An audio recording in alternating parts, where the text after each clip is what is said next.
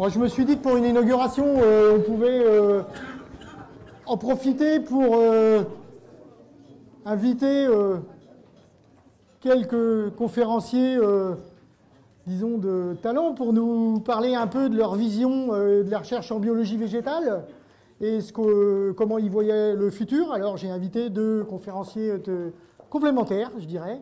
Le premier, donc, j'ai le plaisir d'accueillir, est Georges Pelletier.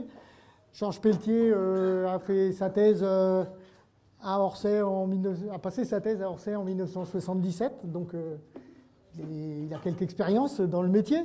Et après, il a travaillé à l'INRA de Versailles, au début dans les biotechnologies.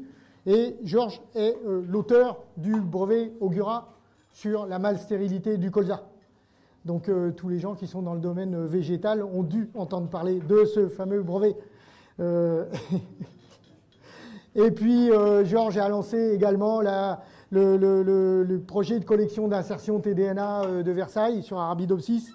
Bref, il a été un grand promoteur des biotechnologies végétales. Et puis après, avec Michel Caboche, ici présent aussi, ils ont été les initiateurs du grand projet Génoplante. Donc les deux initiateurs du développement de la génomique végétale en France. Et donc Georges va nous parler maintenant de... Ah oui. Non, on prend celui-ci. Ouais, c'est ça. Alors il m'a dit de le mettre là. Ouais. Et puis après dans la poche. Non. Voilà. C'est bon? Vous m'entendez? Oui? Moi je m'entends. Bien, merci Jean-Pierre de m'avoir invité dans ce pôle végétal d'Angers. Et j'ai pensé, pour répondre à ton invitation, passer rapidement en revue un certain nombre de biotechnologies végétales qui sont les outils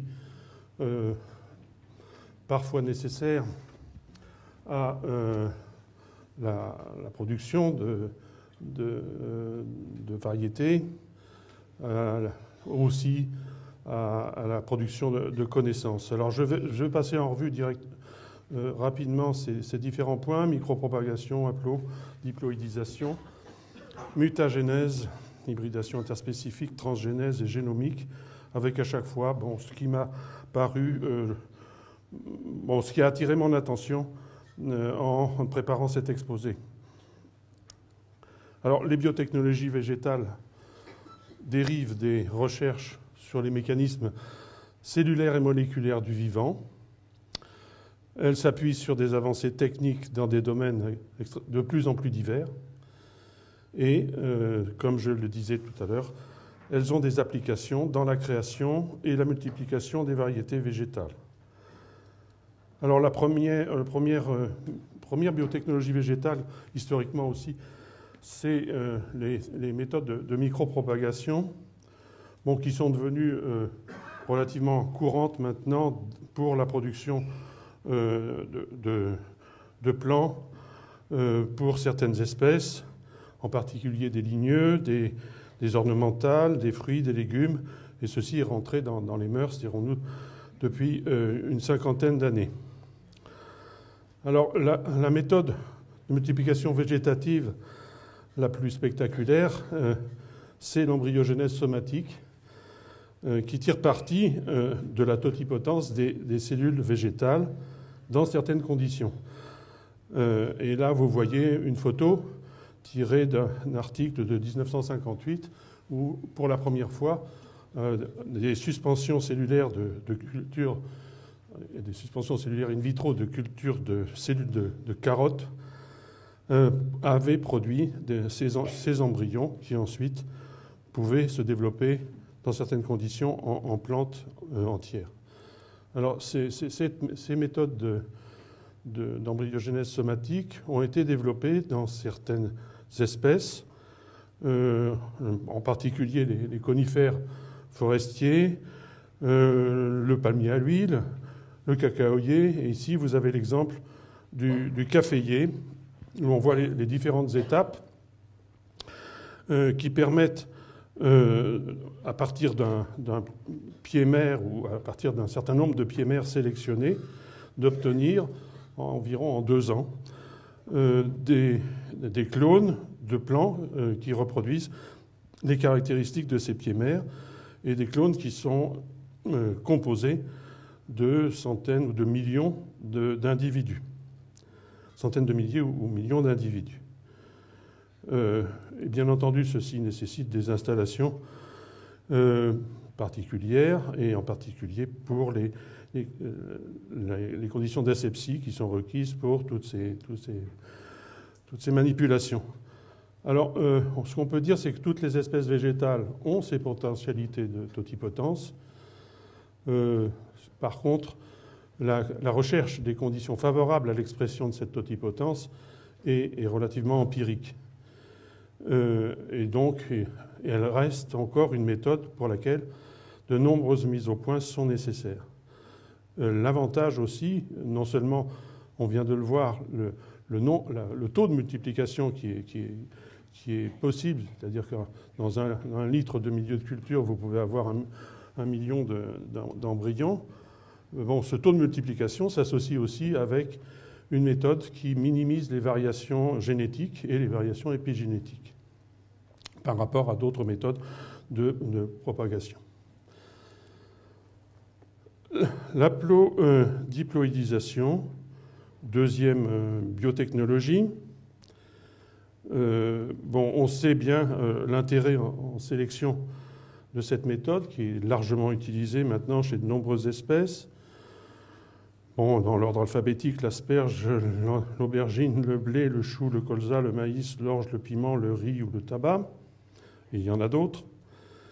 Et pendant de nombreuses années, la méthode qui a fait l'objet de plus nombreuses recherches a été l'androgénèse, c'est-à-dire la culture in vitro d'étamines, d'anthères en fait, ou bien des microspores isolés qui sont contenus dans ces anthères. Quand on les met en culture, à un moment où le pollen n'est pas encore formé, mais on est à un stade où les cellules qui vont former le pollen sont encore unicellulaires. Alors, il existe une littérature récente, relativement récente, qui illustre les recherches sur de nouvelles espèces ou des espèces récalcitrantes. Et donc, c'est encore un domaine de recherche et un domaine de progrès pour la production de plantes haploïdes. Alors, la capacité de produire des haploïdes est une propriété largement partagée dans le monde végétal. Et une façon de s'en convaincre, c'est la présence d'haploïdes spontanés mis en évidence parmi les descendants de sexués depuis près de 100 ans d'ailleurs. Vous avez ici une liste donc d'espèces pour lesquelles on a produit ou détecté la présence de plantes haploïdes dans la descendance sexuée de ces plantes. Cette liste se continue ici. Alors, une technologie parfois utilisée a été de détruire les noyaux mâles, les noyaux des entérozoïdes, de les détruire avant la pollinisation, ce qui n'empêche pas la pollinisation puisque le pollen conserve la cellule qui permet la croissance du tube pollinique, et donc des noyaux détruits et une pseudo-fécondation qui conduit à des haploïdes maternels. Autrement dit, une fécondation dans laquelle le noyau mâle est virtuel. Ceci a donc donné lieu à un certain nombre de résultats et ça sera pour préparer pas la photo qui suit, mais la photo ultérieure. Alors, Arabidopsis a longtemps été une espèce récalcitrante pour obtenir des haploïdes. Malgré cet article publié en 1971, où les auteurs ont clairement pris à ce moment-là leur désir pour des réalités, jusqu'en 2010, on n'avait jamais vu, enfin on n'a jamais produit un haploïde d'Arabidopsis. Alors, pour faire le lien avec la photo précédente, où on avait une pseudo-fécondation, des chercheurs américains qui travaillaient sur la sélection d'embryons létaux chez Arabidopsis sont tombés sur un mutant embryon létal parce que la mutation est l'extinction d'un gène d'histone propre au nucléosome des centromères, qu'ils appellent CEN-H3. Donc ce gène code pour une histone dans laquelle il y a deux parties, une queue variable et une partie repliée. Et on peut très bien ajouter à ce gène une autre queue qui est de la GFP, la Green Fluorescent Protein, et on a quelque chose de tout à fait viable. Mais si ce gène est détruit par mutation, on va avoir un problème à la mitose des cellules, et donc les embryons qui contiennent la double mutation sont incapables de se développer. Les zygotes qui contiennent la double mutation sont incapables de se développer en embryon. Alors ce qu'ils ont fait, c'est qu'ils ont construit ce gène un peu artificiel qui contient la partie repliée de l'histone centromérique, mais ils ont ajouté non pas la queue de l'histone centromérique, mais la queue d'une autre histone plus banale, l'histone 3. Et ce gène introduit dans les plantes qui ne possèdent plus, qui sont nulles, les mutants nuls de CNH3, sont ensuite utilisés dans des hybridations avec des Arabidopsis quelconques, sauvages. Et dans ce cas-là, les cellules qui contiennent les deux types de chromosomes, des chromosomes avec des centroméraires, avec des protéines centromériques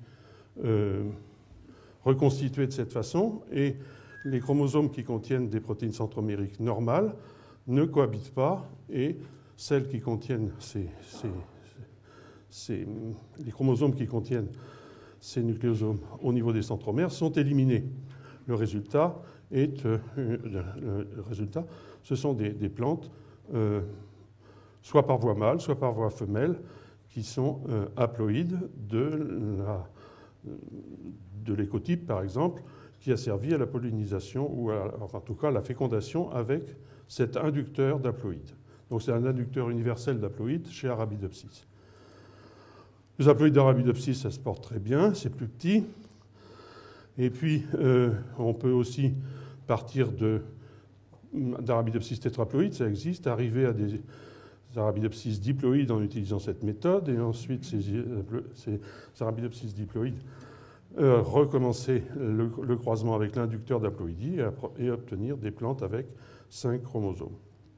Alors, ceci est très intéressant parce que cette production d'haploïdes chez Arabidopsis, c'est la première fois que l'on a une induction d'haploïdes dont on connaît relativement parfaitement le mécanisme.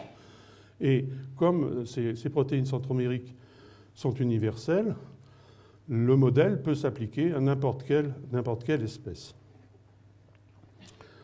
Donc, pour conclure sur l'haplodiploïdisation, on voit qu'il y a encore des progrès réalisés dans les méthodes de culture in vitro, mais aussi des progrès, et peut-être plus significatifs pour l'avenir, de production d'haploïdes in situ avec des géniteurs inducteurs. Alors, celui que nous avons décrit chez Arabidopsis, mais il y en existe aussi chez le maïs qui sont utilisés depuis plusieurs décennies maintenant. Associés aux recherches sur les mécanismes de la méiose et de la fécondation, du développement de l'embryon, ces recherches peuvent conduire, il y a des gens qui s'y attellent, peuvent conduire à des applications possibles dans le domaine de l'apomixie.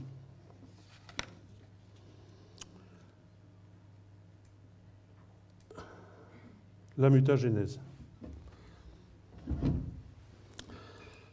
Alors, la mutagénèse, c'est la vie. Nous sommes tous d'accord. C'est le fait essentiel dans la création variétale en horticulture. Et la mutagénèse est largement utilisée au plan mondial, avec des chiffres plus récents sur le nombre de variétés issues de mutagénèse par irradiation, c'est en 180 espèces, d'après de récentes statistiques. Alors, depuis quelques années, des méthodes qu'on a appelées le tilling, mais qui rejoignent maintenant aussi des méthodes de séquençage d'ADN pur et simple, à haut débit, permettent de rechercher les mutants dans des gènes connus, dans des gènes dont on connaît déjà la séquence, dans des gènes pour lesquels on veut isoler des mutants. Donc ça atténue dans une certaine mesure, a posteriori, le caractère aléatoire de la mutagénèse, et ça devrait donner une place importante à cette méthode dans la création variétale future. Malheureusement, la mutagénèse n'est pas admise par tout le monde. Vous pouvez lire ici ce que l'on peut trouver sur Internet. Elles ont tous des OGM, mais ne sont pas considérées comme telles. Les plantes mutées sont pourtant conçues en laboratoire, soumises à des évolutions génétiques à coups de pesticides, de chimie et de rayons X. Elles arrivent maintenant dans nos assiettes, sans réglementation, sans traçabilité. Les plantes mutées pourraient même envahir la filière bio. Des paysans et des citoyens ont procédé à un fauchage de tournesol muté en Isère le 14 juillet 2012. Donc ce florilège de bêtises est entretenu et pourrait être prompt à flatter un certain nombre de politiques. Donc le domaine de la mutagénèse, alors que techniquement il est en progrès, est relativement de ce fait incertain pour ce qui concerne les réglementations qui pourraient se mettre en place sur ces méthodes. L'hybridation entre espèces, hybridation interspécifique, qui a été condamnée pour des croyances religieuses, mais qui a été expérimentée chez les plantes depuis le début du XVIIIe siècle. Pourtant, le mulet, n'est-ce pas, n'est pas une invention très récente non plus. Et un exemple classique d'hybridation entre espèces réussie par l'homme, c'est le triticale, pour lequel on a mis à peu près 100 ans entre la première description d'un hybride entre le blé et le seigle, et des variétés qui ont pu être cultivées et commercialisées. Il s'agit un peu quand même du mulet végétal, à la fois fort et rustique, totalement artificiel, et qui fait le bonheur de l'agriculture biologique, comprendra qui peut. Alors, l'hybridation interspécifique fait encore l'objet d'études, en particulier pour la synthèse des novos d'hybrides naturels, comme par exemple, ou spontanés, comme par exemple le blé ou le colza, en essayant de reprendre les ancêtres de ces espèces. Alors, ce qui se passe, c'est que les ancêtres qui ont servi au premier blé, au premier blé tendre, il y a quelques dizaines de millions d'années, dizaines de milliers d'années, si je sais bien, ou au colza, il y a quelques siècles ou millénaires, ont évolué de leur côté. Les génomes dans l'espèce hybride ont évolué, Et on ne retrouve pas forcément non plus les parents, les vrais parents d'origine. On ne retrouve plus les vrais parents d'origine. Alors cet article m'intéresse parce qu'il montre que, en fait, la création du blé tendre, c'est une hybridation entre un blé tétraploïde et Aegilops toshi. Bon, on a le blé tendre sous les yeux, donc on se dit c'est pas difficile de faire un hybride entre eux puisque ça existe. Ben non, pas du tout. La plupart des écotypes ou des accessions ne sont pas compatibles entre elles, et donc il faut chercher les accessions compatibles quand on veut réaliser un hybride interspécifique. Alors ça me rappelle aussi une histoire vécue, personnelle, où on avait, dans les années 80, avec Catherine Primard, produit un hybride somatique entre du colza et de la moutarde blanche, parce que il était connu et reconnu que l'hybride sexué entre les deux ne pouvait pas être obtenu. Donc on était très content parce qu'on l'avait obtenu par fusion de protoplastes. C'était une plante assez vigoureuse d'ailleurs.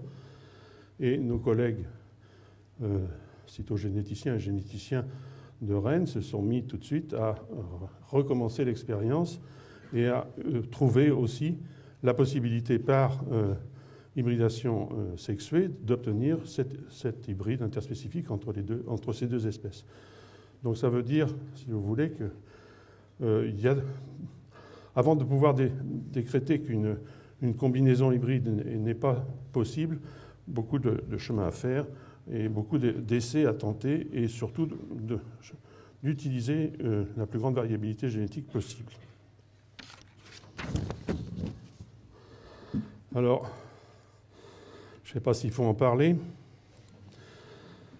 Sinon, pour dire donc aux dernières statistiques, 170 millions d'hectares ont été cultivés en 2012 de plantes transgéniques, mais aucun en France, à la pointe du progrès.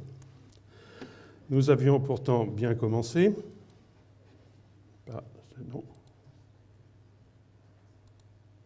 Nous avions bien commencé. Vous avez ici le nombre d'espèces et le nombre d'essais au champ qui étaient réalisés, qui étaient autorisés par la CGB entre les années 87 et les années 96. Et puis, vous savez pourquoi, la suite fut moins glorieuse. Donc à partir de 2006, on peut dire que l'électroencéphalogramme de la recherche en France dans ce domaine est désespérément plat. Moratoire, délocalisation. Alors heureusement, il y a d'autres acteurs qui ne sont pas humains et qui produisent de temps en temps des choses qui, pour moi, sont tout à fait équivalentes à des OGM. C'est le cas de ce chou-fleur, producteur de bêta-carotène, précurseur de la vitamine A, qu'on trouve aussi dans la carotte depuis le XVIIe siècle. Et ce mutant est apparu en 1973. Un probable pathogène a induit la réinsertion d'un rétrotransposon dans un exon d'un gène que les auteurs ont appelé OR,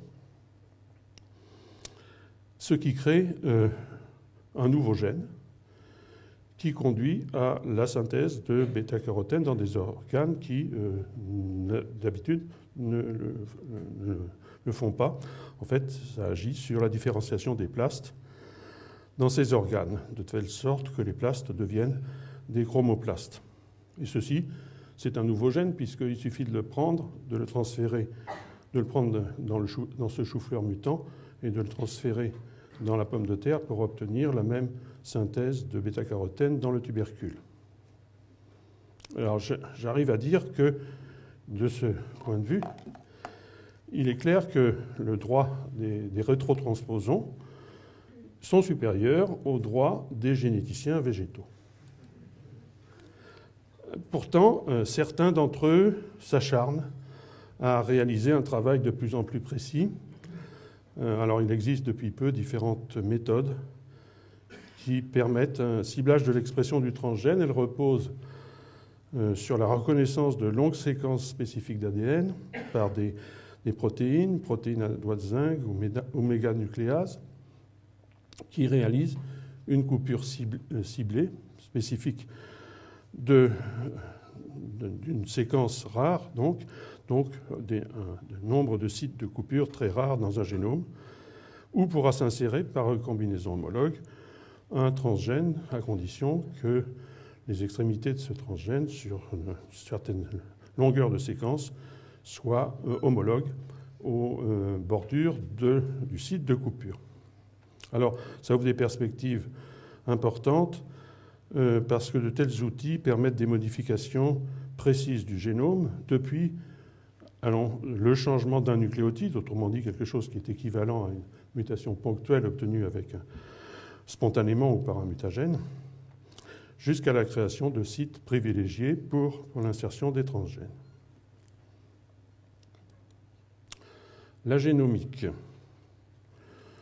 Alors, les capacités de séquençage sont telles que le nombre d'espèces décryptées croît de façon exponentielle. Vous avez ici des statistiques totalement périmées de septembre 2012, où vous voyez la forme de la courbe du nombre d'espèces séquencées, qui croît de plus en plus. Alors, c'est beaucoup des micro-organismes et aussi des animaux et des plantes. Parmi les plantes, voici une liste tirée du même article, de la même statistique, pour lesquelles vous avez donc une liste dans laquelle j'ai souligné en rouge les espèces pour lesquelles on avait la séquence du génome totalement ordonnée et assignée aux différents chromosomes de l'espèce. Donc Arabidopsis, Luzerne diploïde, riz japonica et maïs. La majorité, par contre, des autres espèces sont moins précises. Les séquences sont connues, mais l'ordonnancement de tous les morceaux de séquences n'est pas achevé. Alors, le séquençage peut être utilisé pour génotyper, donc connaître la diversité allélique d'une population. Il est beaucoup utilisé actuellement dans différents projets pour identifier de nouvelles espèces métagénomiques, en particulier donc dans le monde des micro-organismes, dans des espèces qu'on ne sait pas cultiver ou qu'on ne connaît pas, qu'on n'a pas vues. Et puis, le séquençage aussi sert, à partir du séquençage d'ARN ou des ARN, d'essayer de comprendre les mécanismes de régulation, de différenciation, de développement, de réaction au milieu, aux agresseurs, etc.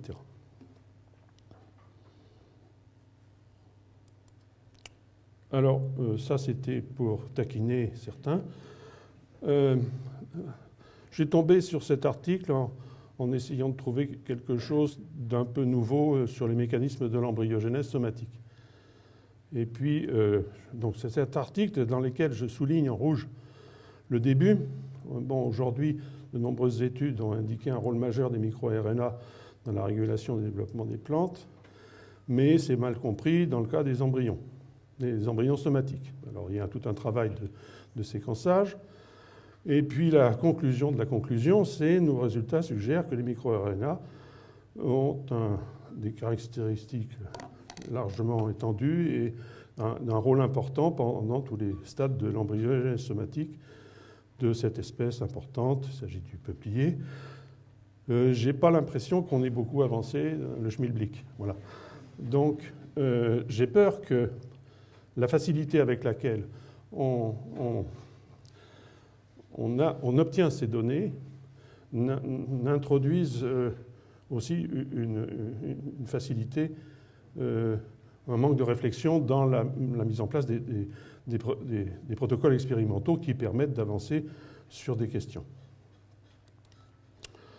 Alors, bien sûr, on pense à la sélection génomique une fois qu'on a maîtrisé le séquençage, en fait, parce que connaissant la séquence du génome et ses variations dans l'espèce, connaissant la fonction d'un grand nombre de gènes, connaissant les relations entre les allèles et les caractères, ben, c'est plus la peine de s'embêter. On va sélectionner sur des séquences d'ADN les combinaisons des bons gènes. Et voilà. Alors, ça paraît idéal comme ça paraît simple, mais bon, la sélection génomique, dans la sélection génomique, il y a un petit problème de relation allèle-phénotype. Bon, elle n'est probablement jamais simple. Je donne deux exemples. Bon, les mutants de l'acétolactate synthase, qui sont bien connus parce qu'ils confèrent la résistance à un herbicide, à une famille d'herbicides, les sulfonylurées. Bon, il y a une dizaine de possibilités de mutations différentes dans la séquence, et le phénotype, il est le même, c'est la résistance aux sulfonylurées. Un autre mutant, qui est un mutant de développement, ce mutant-là est tout à fait normal, c'est chez Arabidopsis, les plantes sont tout à fait normales, mais si on a le malheur de mettre de l'ammonium dans le milieu, à ce moment-là, on a un raccourcissement très fort des racines, donc des phénotypes qui sont conditionnels, différents phénotypes pour la même mutation. Ne parlons pas des relations d'épistasie qui peuvent faire en sorte que l'expression d'une mutation varie suivant le fond génétique. Ceci est bien connu. Donc le fait qu'il n'y ait pas de relation biunivoque entre les mutations, autrement dit les séquences, et puis les phénotypes, introduit une forte difficulté. Alors, il y a un déséquilibre, il est plus facile de décrire le génotype maintenant que de décrire le phénotype. En particulier si on veut tenir compte des variations possibles, des facteurs expérimentaux, des fluctuations dans le temps, etc. Ce qu'on peut dire aussi, c'est que le nombre de variations génotypiques, que ce soit variations dans la séquence ou combinaison de ces variations, est infini à côté des variations phénotypiques qu'on peut caractériser. Il y a une disproportion entre les deux et entre les quantités de données moléculaires d'un côté et des mesures phénotypiques qui sont un peu arbitraires, toujours un peu arbitraires, même si elles s'adressent à des caractères précis. Alors comment, aussi, autre problème, comment prédire l'effet d'une variation qui n'est pas présente dans l'échantillon de référence? Donc ça, la réponse est on ne peut pas. Donc le code, s'il existe entre génotype et phénotype, il est statistique et surtout il est intrinsèque au matériel étudié. Donc ceci aura quand même des limites. Si le génotypage n'est pas limitant, le phénotypage va l'être déjà par le choix des caractéristiques que l'on veut mesurer, et puis par le coût de ces mesures. J'ai peur aussi qu'on s'entraîne vers une inflation de données dans les deux cas, dans les deux sens, inflation de données de séquence et inflation de mesures, parce que il y aura une difficulté à mettre en relation les deux types de données. Et le traitement et la mise en relation de ces deux types de données étant très complexe. Et puis, il faudra travailler sur des effectifs importants. Donc, en regard du coût qui descend d'une manière vertigineuse pour la production de séquences d'ADN et de données moléculaires, on va avoir un coût qui va partir dans l'autre sens pour le phénotypage, qui va être croissant pour le phénotypage, donc qui va donner à ces méthodes qui va rendre ces méthodes un coût élevé. Bon, en conclusion, chaque biotechnologie végétale avance au rythme des progrès scientifiques et techniques qui la concernent. Bon, nous avons vu, par exemple, que de nouvelles méthodes de production de variétés émergent de la connaissance de mécanismes fondamentaux de la division cellulaire. Ce n'était pas tellement attendu là. La dominance des méthodes moléculaires et du séquençage est évidente. La prédiction des phénotypes demeure un défi majeur pour la sélection génomique ou pour la sélection assistée par marqueurs. Donc c'est là qu'il y aura le plus d'efforts de recherche à accomplir. Le code phénotypique, je pense, enfin bon, c'est une idée comme ça, j'ai l'impression qu'il fait un peu l'impasse sur la génétique fonctionnelle et qu'il serait bon de conjuguer ce que nous dit la génétique fonctionnelle et la génomique fonctionnelle et ce que nous dit le phénotypage.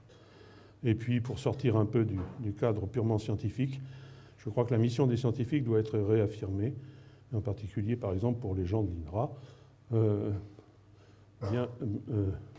continuer à qu'il soit écrit que dans les décrets de constitution de l'INRA, que les chercheurs de l'INRA ont le devoir de faire de la biotechnologie végétale. Voilà. Ou le devoir. Hein. C'est tout.